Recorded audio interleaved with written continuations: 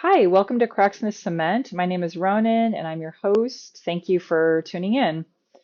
Today, I want to talk about how white folks like me can talk to other white folks when we notice that maybe they're showing up in a way that isn't ideal, and we don't want to be policing other people, and but we want to be able to have these conversations so that as we manage our whiteness, we can do that in community with other white people and help each other in a um, in a community connected sort of way.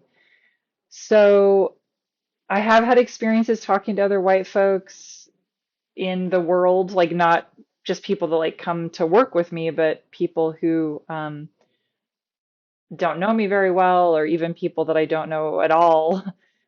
So yeah, I've had some experiences talking with other white folks, and I've done it in different ways. I definitely have done it in a way that is very judgmental, has the policing vibe, has a I know more than you kind of vibe, and that doesn't tend to work very well. And so, in my experience, I want to share basically like three or I guess four ways, like kind of steps that I think if you line up, it can go pretty dang well. And it goes well if it gets conversation going, generally speaking, honestly. If so anyway, okay. So number one is to acknowledge that I don't know anything, basically, like to get really humble before I'm going to talk to another white person. I really like to wait to where I'm at a state where I'm not like, oh God, that white person, they're so this, they're so that, or that kind of policing vibe, like they're doing it wrong, where it's, I think of as kind of like this sort of energy. So I like to wait and talk, like kind of calm myself down and remind myself that I really don't know and that I'm managing my whiteness as well. I'm learning all the time and we're in this together. And so I switch from this to like I am going in the same direction. Like we're walking together on this path of racial awareness and whiteness awareness. So that's number one, is just getting humble and like really feeling into I don't really ultimately know anything. I mean, I do know some things, but like ultimately, I'm just doing the best I can. There is no objective, perfectly right way to do anything. So it's also kind of bringing in a conversational kind of vibe. So that was actually number two, is to position yourself with them. So number one is get into a humble place. I don't ultimately really know anything. We're in this together. We're walking together. This is a conversation. And so one thing that I like to say to establish that we're walking this path together is to just say, you know what, like as a white person, I've been learning recently that I have this tendency to just want to like share all of my ideas, and I want to be the first one to share, or I have this urge to be really helpful as quickly as I can.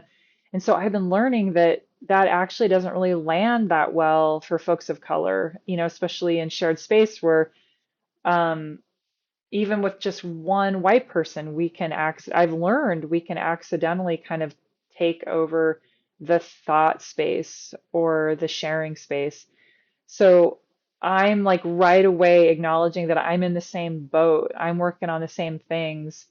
Um, and that I just made this discovery that it's not me being better than the other person. It's just me sharing this great information. So yeah, so then it's just kind of opening the conversation and just sharing that which you've learned. And then the third thing is really just, even though oftentimes that goes well, be prepared for it not to go well. Be prepared for them to be defensive or to a common one that can happen is kind of like you're taking my rights away to be my true, like my full self. Like by you telling me that I'm taking up too much space, that makes me feel like I don't get to be me or something, So it can land in not a great way. Um, and so, but if you've come in being really humble, if you've come in being conversational and being aligned with that we're just in this to learn together. And you can see that it's just activated like some tender place, like maybe, some childhood wound. Well, that is getting mixed in with whiteness, where it's like I have this wound and I have this feeling of like I should get to take up as much space as I want. So we can have compassion for them, and in being prepared for it sometimes for them to respond that way, I just basically think to myself, well, I can't just prioritize that one person over the collective. And so I did the best I could. And so I just ride it out like, oh yeah, I could really see how that might feel that way. Sorry, but I feel like I need to choose the group. And this is just what I've learned, and so I'm just sharing it with you.